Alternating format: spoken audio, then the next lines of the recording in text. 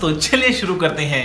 आइए देखते हैं, मजा आएगा। अगर पहले से ये विकास इतना हो चुका होता तो आज सरकार को इतना वो न लेना पड़ता। जब 70 सालों में कोई विकास ही नहीं हुआ और जनसंख्या इतनी लिमिटेड अनलिमिटेड बढ़ गई तो एकदम से विकास चाहिए। यहाँ हर युवाओं को गाड़ी चाहिए, बंगला चाहिए, हर विकास चाहिए। जवाब सुनिए जनसंख्या, ये जनसंख्या का बहुत आंकड़ा ले आते हैं भाई साहब। पेट्रोल सबसे ज्यादा टैक्स वसूलने वाली सरकार इंडिया की है आज की डेट में, पेट्रोल डीजल पे, ठीक है। और पेट्रोल पे जो टैक्स लगता है ना वो लगभग 60। हाँ, पाकिस्तान में क्या लीटर चल रहा है बताता हूँ। हाँ बताओ। देखो फंस गए तुम, पूछो कैसे। नहीं बता रहा हूँ। पाकिस्तान में पेट्रोल की कीमत है 276 रुपए पर लीटर। अब सुनना ध्यान से। और पाकिस्तान की करेंसी इंडिया की करेंसी है 1/3। अगर इंडिया के रुपए में उस रुपए को लगाओगे तो इंडिया में 82 से 85 रुपए आएंगे। यानी अगर इंडिया के 85 रुपए खर्च करोगे तो पाकिस्तान के 276 बन जाएंगे। यानी इंडिया की करेंसी के हिसाब से पाकिस्तान में पेट्रोल 85 रुपए लीटर और इंडिया में 98 है। अब बताओ किसकी ज्यादा है?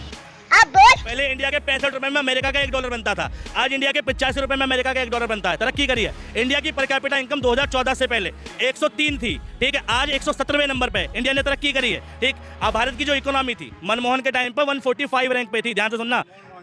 हाँ मनमोहन, सुनो, मनमोहन कुछ भी सही सुनो। आज भारत की वो मोदी की देन है, कोई नहीं जानता था इंडिया को। अब क्या कुर्सी लगती है बाहर? अब कुर्सी लगती है। अच्छा ये कहना चाहे 2014 से पहले कोई नहीं जानता था इंडिया को? कौन क्या हैसियत थी, मतलब कि देख सकते हो आप कौन किस मुद्दे पे सीरियस लेता था। आज पूरी दुनिया भारत के मुद्दे पे सहमत रहती है हर चीज पे। इंडियन 4th लार्जेस्ट आर्मी, सबसे बड़ी जो आर्मी है इंडिया की है, दुनिया की 4थे नंबर की रैंक है। कब बनी? मोदी की सरकार में या कांग्रेस की सरकार में? इसी में भी इसकी जानकारी नहीं है किसमें। बस चल जानकारी नहीं है कोई। परमाणु एटॉमिक पावर इंडिया, ठीक है। भारत दुनिया में 60% अनाज का वो है, ठीक है, यहाँ से एक्सपोर्ट करता है, पूरी दुनिया को खिलाता है, ठीक है। लाल बहादुर शास्त्री की हरित क्रांति की वजह से पढ़ा होगा आपने। ये मोदी की सरकार में की देन है, ठीक है। 70 सालों में कुछ करोगी नहीं क्या? 70 सालों में इतने करा, 70 क्या मोदी ने? मैं जानना क्या किया? हम मंदिर बन गया, और क्या चाहिए? ये विकास है, राम राज्य है, और क्या? कौन है ये लोग, कहाँ से आते हैं? पहले नहीं था क्या ये सब? कहाँ था? गुलामी के उसमें जी रहे थे अभी तक। क्या बोल रहे हैं? में जो रेप कांड हुआ, 3 जो पांडे शुक्ला थे, ठीक, वो 3 लड़के थे और वो बीजेपी के IT सेल के ही थे, बीजेपी के अच्छे पदाधिकारी थे, वो राम राज्य में थे। नहीं ऐसा नहीं है, तो कांग्रेस के में ऐसे मामले नहीं हुए? कांग्रेस में हुए थे ना, तो कांग्रेस की सरकार की थू होती थी और सरकार बैकफुट पर होती थी, मीडिया रात दिन सवाल करता था और उन पर एक्शन होता था, ठीक है। सही बात है। निर्भया कांड हुआ था, कितनी सरकार की बदनामी हुई थी ना, लेकिन सरकार चली गई उसकी वजह से। अब इस सरकार में क्या विरोध हो गया उसका बताओ। हाथरस के कांड में, ठीक, पूरी लड़की जला दी, ठीक, उसके साथ रेप हुआ और पूरे दिन के ड्रामे के बाद में लास्ट में ADG लॉ एंड ऑर्डर ने क्या कहा कि सीमन नहीं मिला, ठीक, ऐसे बयान दिए गए, ठीक, और उल्टा पंचायत हुई, ठीक। भाई एक ठाकुर समाज कर रहा है दलित समाज के विरुद्ध, ये सब पहले था 14 से पहले ऐसा था। राम राज्य की परिकल्पना यही कहती है, राम राज्य में तो क्राइम होना ही नहीं चाहिए, और क्राइम हो जाए तो तुरंत कार्रवाई होनी चाहिए। बात तो सही है। देखो जी, आदमी की मानसिकता होती है, ठीक है ना। क्यों भाई, देखो जैसी यहाँ की सोच है, तुम समझ रहे हो। देखो क्राइम हर सरकार में हो सकता है, मगर सरकार की जवाबदेही होती है ना।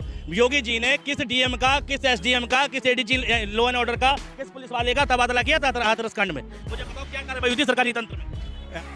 पता नहीं, ऐसा तो है नहीं। क्यों नहीं हुआ? मीडिया को कुछ क्यों नहीं दिया गया? ऐसा क्यों नहीं हुआ? हाथरस में ऐसी सिक्योरिटी थी कि मीडिया का 1% अंदर नहीं घुस पा रहा था, और देश की सिक्योरिटी इतनी लूज थी कि सीमा हैदर पाकिस्तान से आ गई नोएडा में। मुझे क्रेडिट नहीं चाहिए। बताओ भाई, हाथरस की सिक्योरिटी। तो ये चॉइस है अपनी अपनी, क्यों ना भाई। अगर पड़ोस का सही लग रहा तो भाई क्यों ना लावा भाई। कोई भी आ जाएगा, चॉइस है वो। और वो आतंकवादी निकल जाती, यहाँ पर बम धमाका ही कर देती तो चॉइस हो जाती। भाई देखो, मैं तो यही कहना चाहूंगा, सरकार इसके ऊपर अपना खुद का संज्ञान लेगा। ऐसा नहीं है कुछ लाया, अगर वो लाया गलत था सही था, प्रशासन इसके खुद जिम्मेदार है, खुद लेगा। इसके कांड में कौन जिम्मेदार है? सब पुलिस वालों ने बॉडी जलाई रात में, कौन जिम्मेदार है, सरकार या पुलिस वाले? तो है नहीं, सरकार ने संज्ञान लिया, बिल्कुल लिया है। कितने पुलिस वाले, कौन सस्पेंड हुआ उसमें, और कौन सस्पेंड हुआ? और क्या विकास हुआ?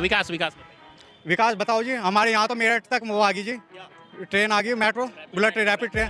बताओ जी, जिसके लिए तरस रहा था काफी टाइम से, बताओ क्या विकास? मेरठ एक्सप्रेस वे सब जानते हैं, सबने देखा। इस एक्सप्रेस वे पे इंद्रप्रस्थ दिल्ली से चालू है, और अब जाओगे छिजारसी पे पहला टोल है। टोल है 250 रुपए का। अच्छा, छिजारसी तक टोल जो है 50 किलोमीटर होगा, 50 से भी कम है, 40 किलोमीटर है, मान लो 50 ही है। 50 किलोमीटर चलने के लिए आपको 250 रुपए देने पड़ रहे हैं, ठीक है। कितना रुपए पर किलोमीटर हुआ? कितना रुपए पर किलोमीटर हुआ? जो भी हुआ होगा, ठीक है। 5 रुपए पर किलोमीटर, ठीक। 5 रुपए पर किलोमीटर का आपको देना है, इतना अच्छा इंफ्रास्ट्रक्चर मिला है, ठीक। भाई अगर सरकार कर रही है, सरकार का एक काम वेलफेयर भी तो है कि जनता के फायदे के लिए काम करना। अगर इतना टोल देने के बाद डेवलपमेंट मिलेगा, इतना पैसा आना है, इतना प्राइवेट फंड आना है, ठीक है, तो कोई भी बना देता है इन सड़कों को। तो समझ रहे हो? अगर इतना पैसा ही कमाना है सरकार का काम पैसा कमाना नहीं होता, ठीक है, सरकार का काम होता है जनता के लिए वेलफेयर काम करना। इतना टोल देके मुंबई का टोल देगा तुमने अटल सेतु, स्विफ्ट एक मिनट एक को टोल ले रहा है, सरकार इंफ्रास्ट्रक्चर दे नहीं रही है। नितिन गडकरी के उसमें कितना विकास हुआ बताओ, सबके सामने है। इंफ्रास्ट्रक्चर के मामले में देख लो। अच्छा, हमको सिखा रिया है। अटल सेतु, ठीक है, जो बना मुंबई में, मारुति स्विफ्ट डिजायर की जो EMI है वो 8,000 9,000 रुपए है, और अटल सेतु पे चलने की जो EMI है महीने की वो 12,000 रुपए है। तो गाड़ी की किस्त भर ले या टोल भर ले, पहली बात क्या विकास मिल रहा है, लेकिन किन शर्तों पे मिल रहा है वो भी देखने की बात है। क्या आम आदमी जाएगा उस पर? जा सकता है एक लोअर आदमी, ठीक है, नहीं जा सकता ना। तो भाई ये तुम्हें समझनी पड़ेगी। अगर इतना टोल वसूलने के बाद सरकार सड़कें देगी तो प्राइवेट कंपनी कोई भी बना देता है, इतना पैसा खर्च करता है। इससे पहले इतना टैक्स, इतना GST किसी सरकार ने नहीं लिया। ये बड़ी अच्छी बात कही आप। क्या नहीं किया बता दो, क्या नहीं किया? सब मैं बताइए, आप अपने व्यक्तिगत स्तर पे आप में क्या चेंजेस आए ये बताइए। सुरक्षित हो, मानते हो, महसूस करते हो अपने आप को? नहीं। क्या लग रहे थे हमें? ना लग रहे थे भाई साहब, पहले पकड़ के मार रहे थे। गोली लग रही थी पहले से। यहाँ पे कोई भी धर्म के विरुद्ध कोई नहीं बोलेगा, सब जानता है कि जय श्री राम तो जय श्री राम। लेकिन आपका एक व्यक्तिगत प्रैक्टिकल रूप से देखिए कि हमको खुशी हुई कि राम जी को घर मिला, लेकिन 70% जनसंख्या आज सही ढंग से उसको खाना नहीं मिल रहा, पीना नहीं मिल रहा। बुजुर्ग साला रोड पे खड़ा है, उसको घर दीजिए ना आप। विकास हुआ कि नहीं मोदी राज में, बताइए।